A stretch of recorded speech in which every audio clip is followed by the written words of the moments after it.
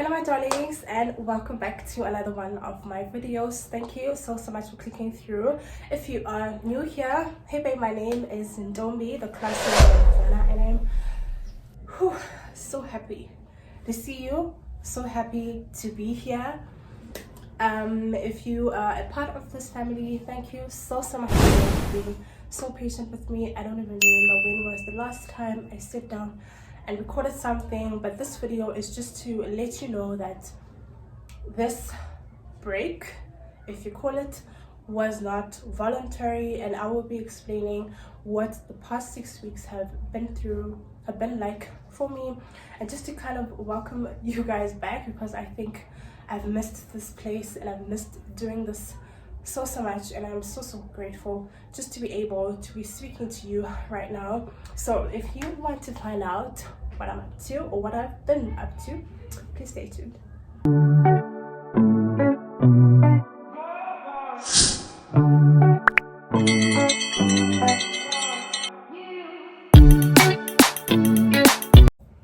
So welcome. I think I must welcome myself more than welcoming you guys, but thank you so much for clicking through. So as you can see, I am in my pajamas and it is daylight. Literally the sun is in my face, but I wanted to make this kind of a pajama party or pajama picnic mukbang for myself.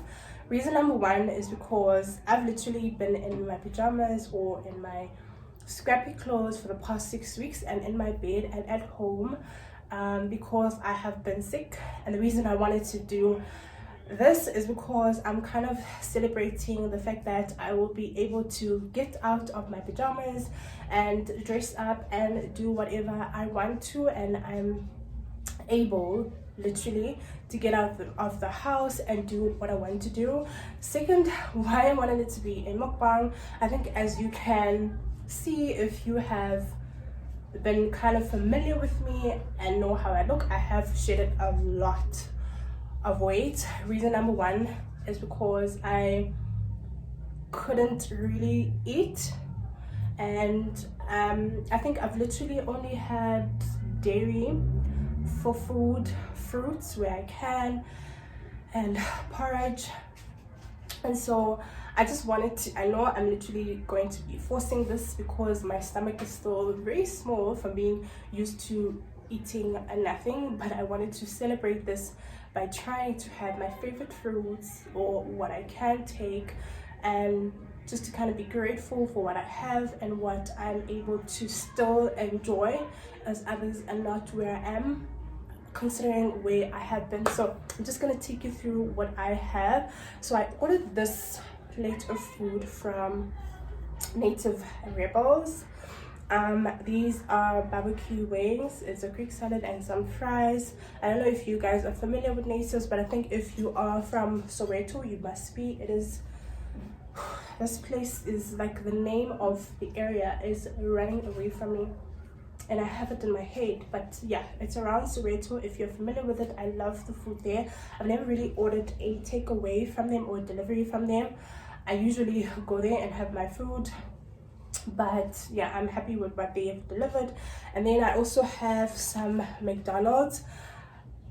McDonald's is not really like I'm over McDonald's, but I felt like a baby and I just been craving a normal cheeseburger, you know, like that small cheeseburger that you used to have when you were a kid from the Happy Meal. That's what I craved, and I just wanted to have a cheeseburger, so I ordered the double cheeseburger, some fries obviously, and some chicken nuggets. I love the sweet and sour dressing, so that is what I'll be having. And this right here is, I tried this for the first time in my last vlog, I think, so I just wanted to have it again as I did enjoy it. I think this will be like my drink going forward, because as you know, I don't take alcoholic beverage, but like I just like to have non-alcoholic drinks or like virgin cocktails. So I enjoyed this, and this is from Woolies. It's the mango and cocktail Bellini, which is sparkling.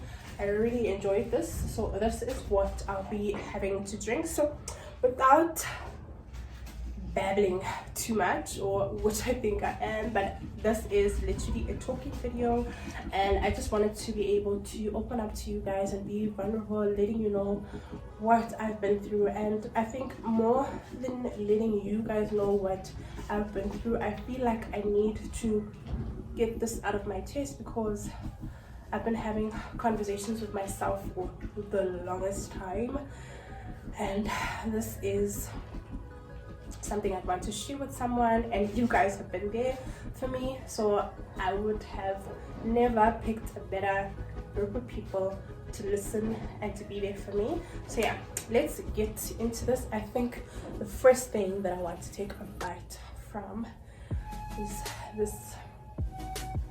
Ooh, this is so good.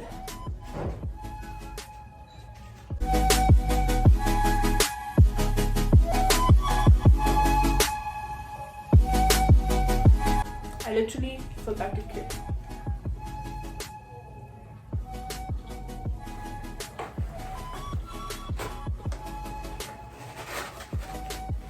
So one thing about me, like I can't finish my food without wiping my hands. Like I'll touch and I have one. So that's why I had these tissues next to me.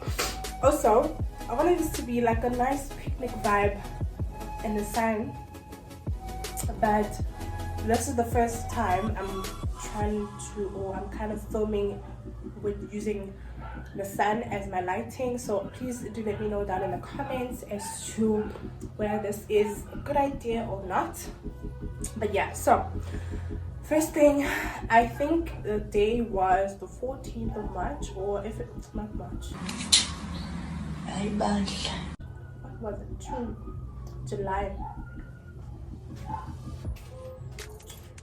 Wait, okay, we're in August right now, so it was the 14th of July.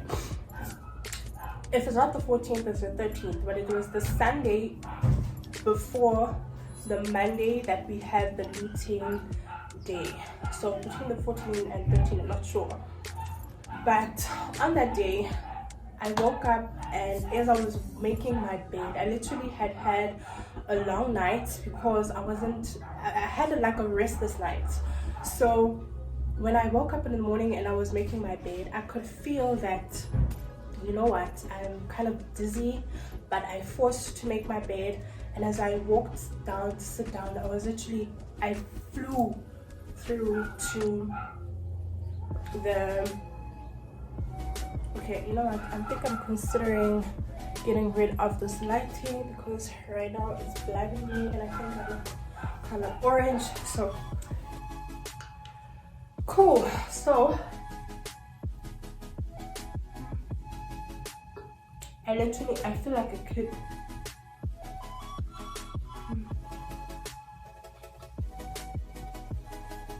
So first thing, usually I don't like mukbangs, because I don't like watching people eat, but I feel like in this case you guys should congratulate me at the fact that I'm even eating something solid, because it's been like a hard challenge.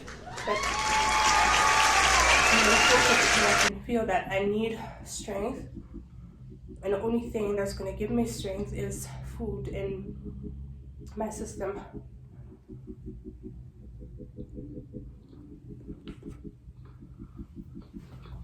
On that Sunday, I was supposed to work, and just as I said that, as I went to sit down, I literally flew through, because I lost all of my strength, and I was so weak that I just felt, and I felt so dizzy. At that moment, I also kind of felt numb on my left side. I could not move, and my mom and my brother were literally asking me what's wrong, and I couldn't talk, I couldn't move. I was so frightened, because I felt like maybe I'm getting a stroke,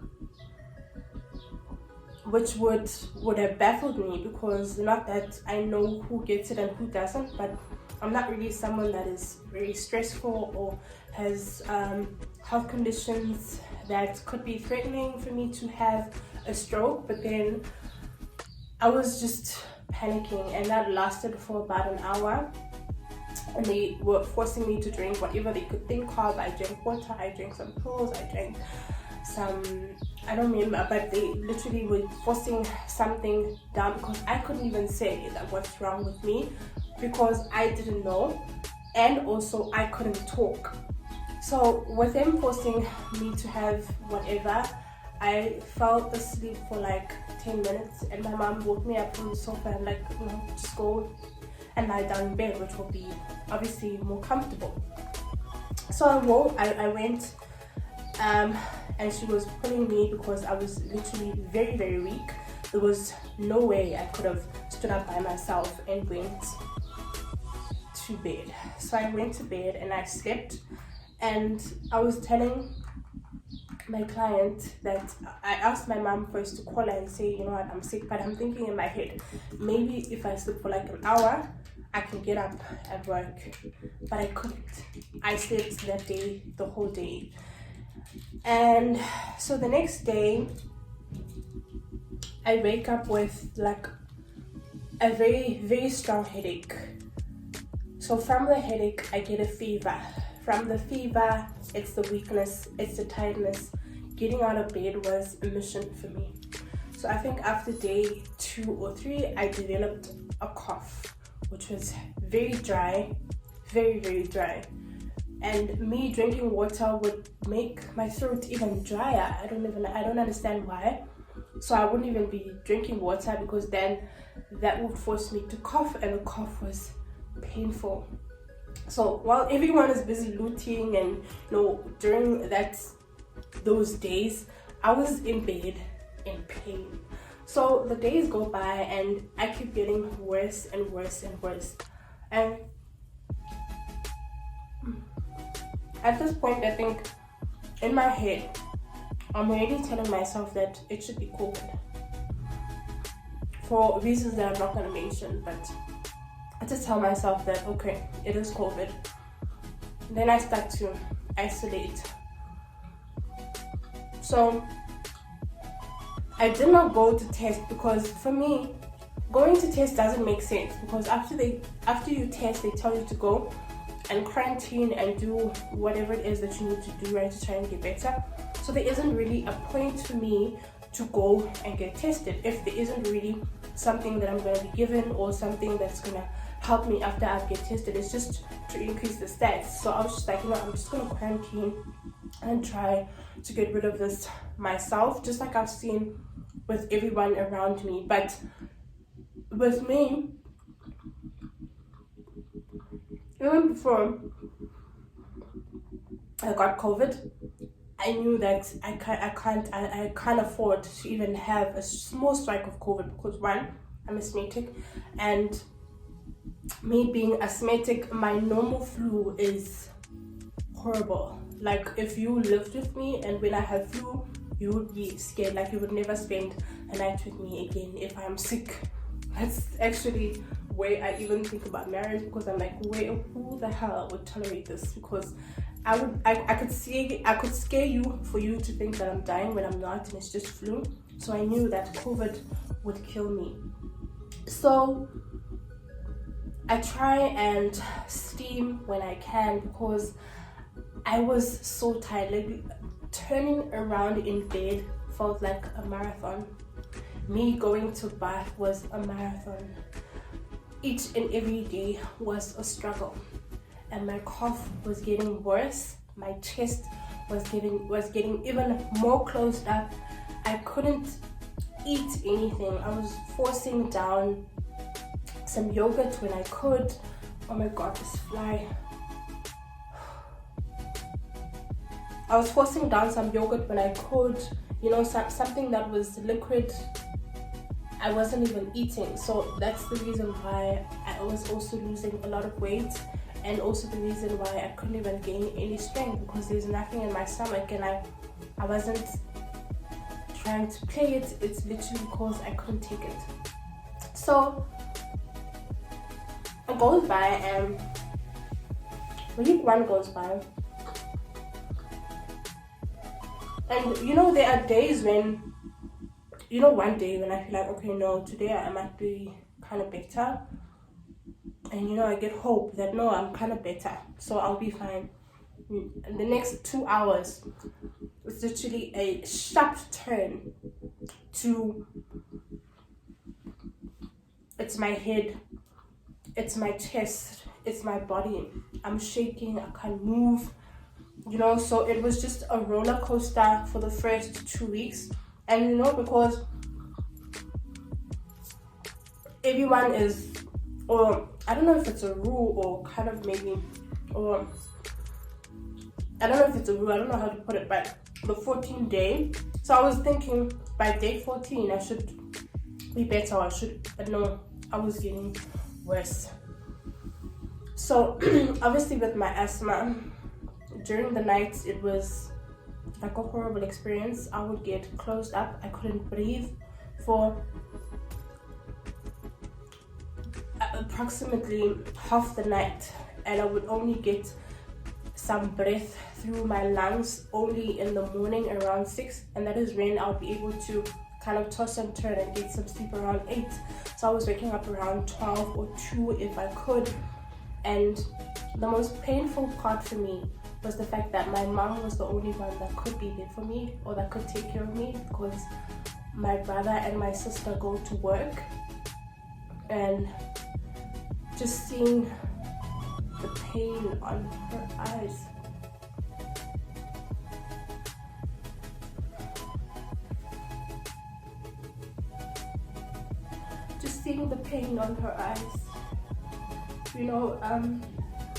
I think when you're sick and you have hope, then it gives the people around you hope, because they know how you're feeling, and it gives them strength to say, no, the person feels strong and it's not going to be that bad. But when I didn't have hope, I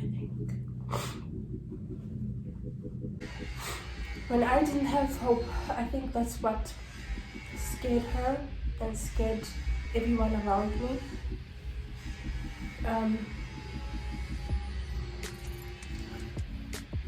I think there were days when I wanted to pray, but I couldn't.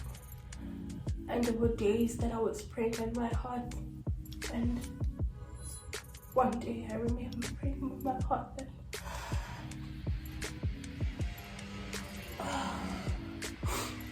at least can my soul be well received in heaven, because I was hopeless.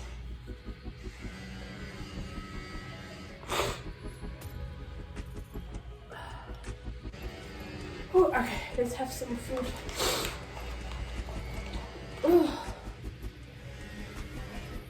So, first of all, I know, right, I'm not going to finish this food, but I think just me being able to see it, I'm going to sleep very peacefully tonight, knowing that Oxalai.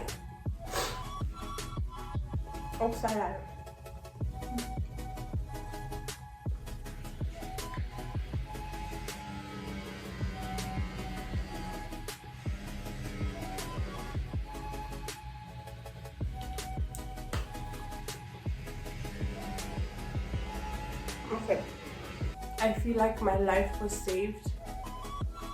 There is absolutely nothing I did or didn't do that saved me, but God said, I still need you here, and I have a purpose for you that you haven't fulfilled. Maybe it might be me just sharing that I am grateful for being here. Maybe it is something that He's still gonna show me. I have no idea. But trust me, there is nothing I did or nothing anyone around me did to save me. Nothing. So I wanted to share this video just to, kind of share the light. Also because this COVID thing has, I feel like there's only kind of two things that only happen. Either you get COVID and you get those normal flu symptoms and you quarantine and you're good to go. Or you get COVID, you get admitted to hospital and you don't get out of there. And because of that also, I never went to hospital. And it's not because I wasn't that bad. I was bad. But like I said, that in some days I was praying that my soul be well received in heaven, and it's because I didn't want to go to hospital. And the reason I don't want to go is because of obviously the stories you hear around people being in hospital, and the fact that there isn't really much beds available. You know, the hospitals have a lot of people right now, so I couldn't put myself through that. And I know someone might think that it is selfish out of me to not go to hospital, but it wasn't only a decision that I made, but it was scaring not only me but my mom also. So it was kind of a decision that we made together without even discussing it, that if I were to lose my life, I would rather it be in the comfort of my home.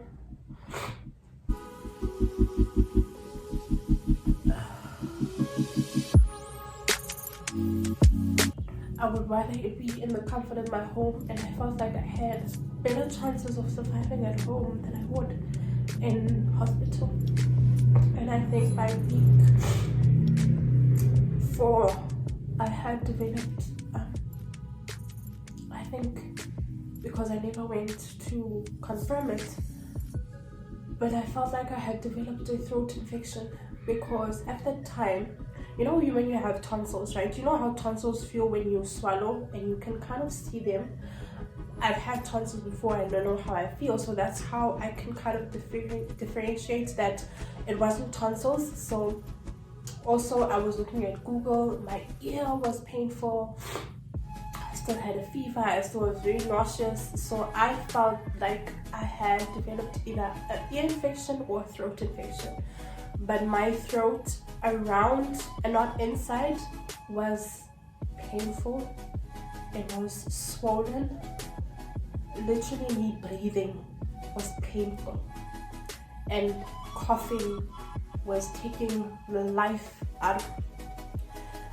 And so with that infection, obviously the asthma attacks are even more severe. And there was this one morning I woke up and I went to my mom and I couldn't breathe at that point. And I knew that right now I need oxygen. And me needing oxygen means I need to go to the hospital. And me going into the hospital means I may not come back.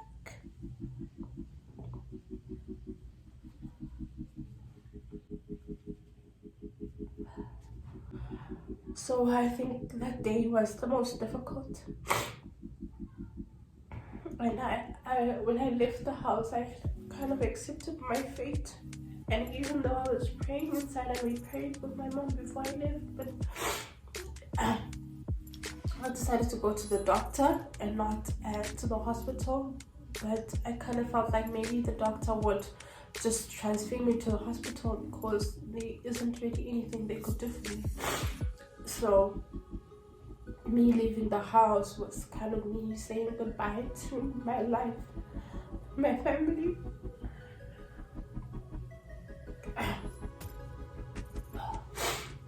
So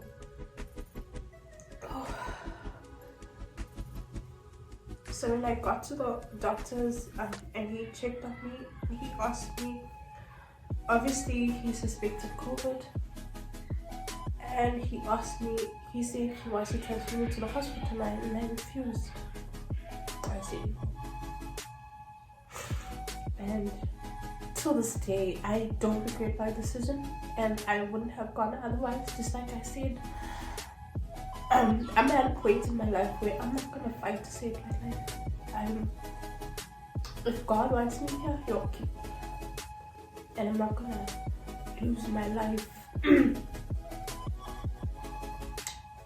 in pain because of how I'm treated. So I just kind of accepted it, and I just felt like, you know what, my faith is gonna either keep me alive or take me to where I need to be right now. And so I went back home, and he gave me a transfer letter, and I never even went to hospital. I know this is like a crazy mukbang, right? Because I'm talking and not eating, but yeah, this just shows you that I'm not used to this. But anyway, so I came back, and miraculously I just got better in those days. And it wasn't because of the medication that this doctor gave me, because he didn't really give me much.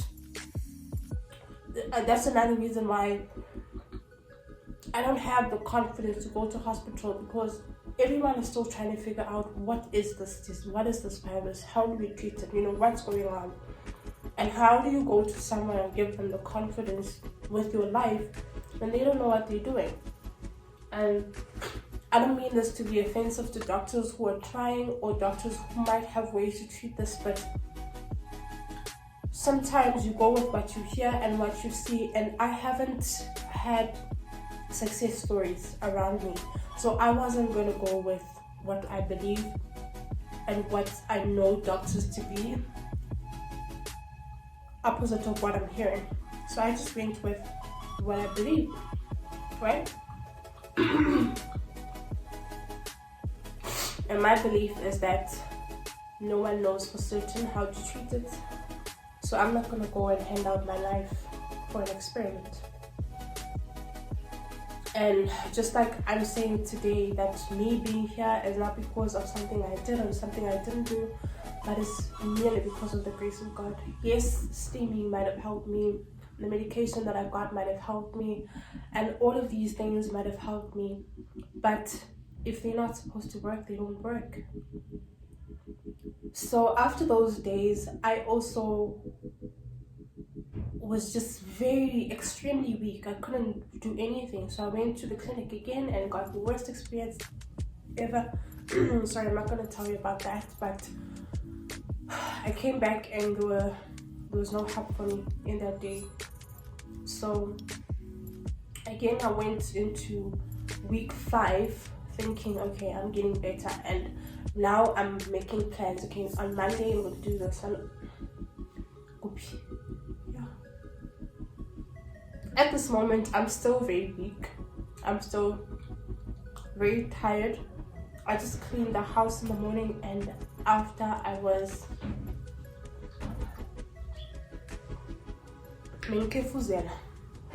like I've been in a marathon.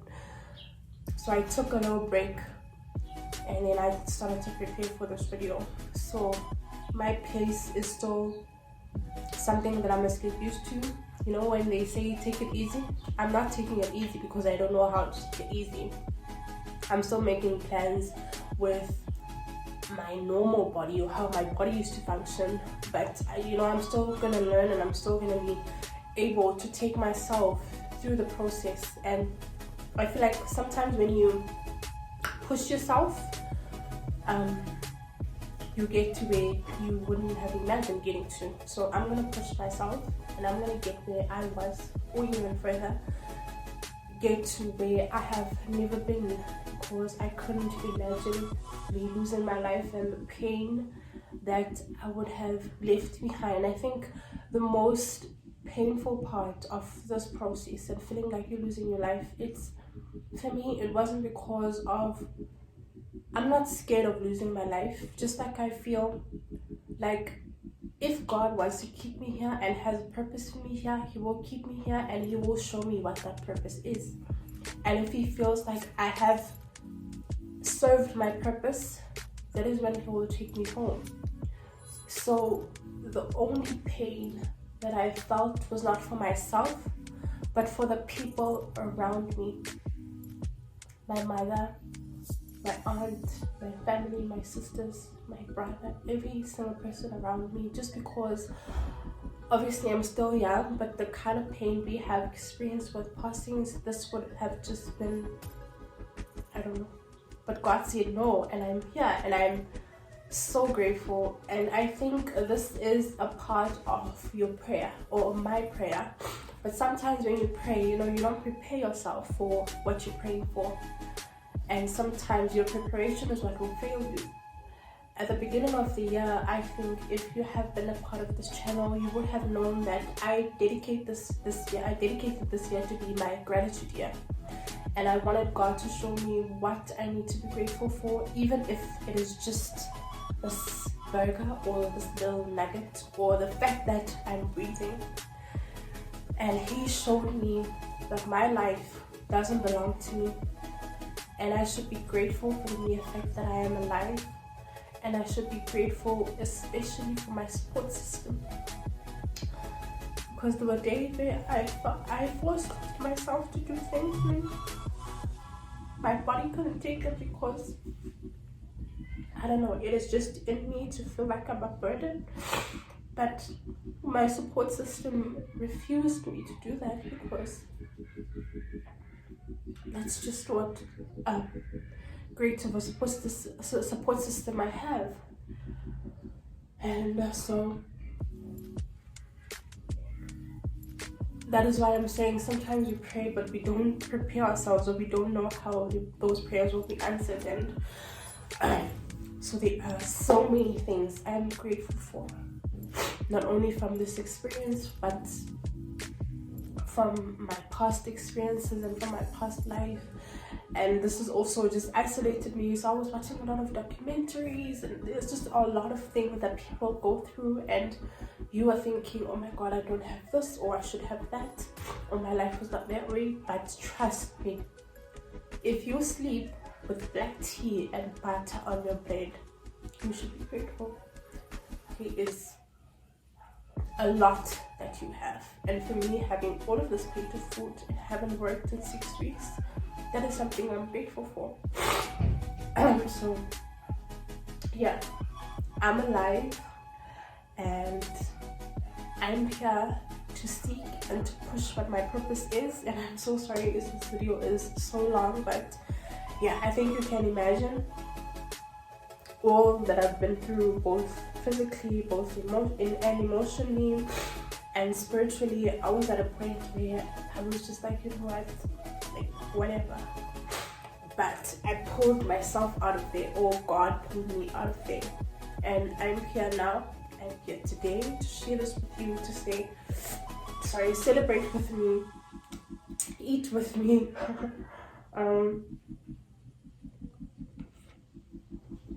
And I know that this one of this food was just me pushing myself, that I was forcing it. There was no way I could finish this food. But yeah, just for the fact that I have it and I can pass it through my throat. So, like, you guys have no idea. But yeah, thank you so much for being patient with me. And I know we have some new subscribers, and we are a small family, but we are growing, and we will get to like the big numbers. But I think more especially I want to connect with each and every one of you, or most of you, and I think that's what's going to be important for me. So yeah, I think this video, as much as I was sharing tears and being vulnerable with you guys, I wanted this video to be a celebration video, and that is why I wanted to have this, especially to say I'm celebrating life, I'm celebrating my family, I'm celebrating the little that I have, I'm celebrating my faith, I'm celebrating my God, and I'm celebrating my breath. That's all. Sometimes that's all that you need to celebrate. So here's to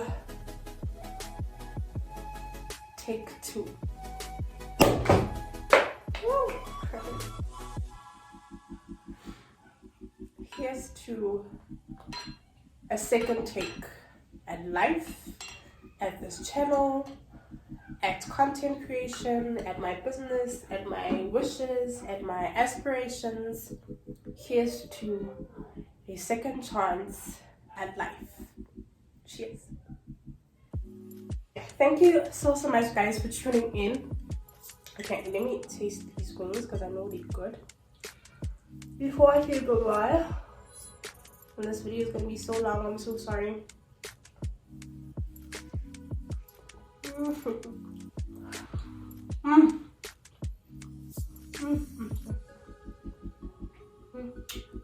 Guys, if you haven't been to Natives, if it's not your vibe, go there for the food. Trust me, you won't regret it.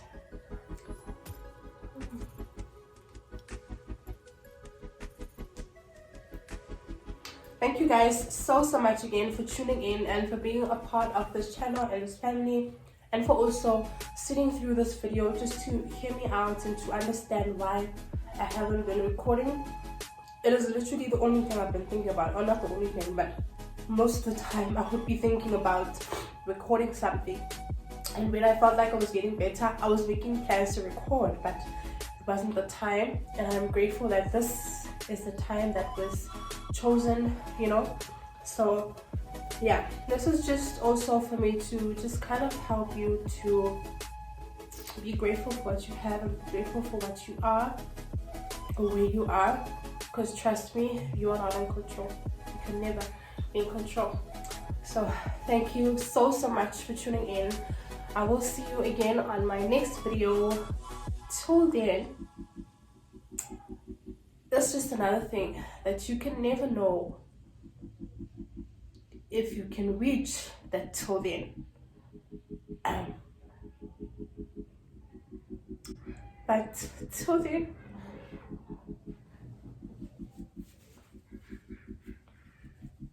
I love you guys too. But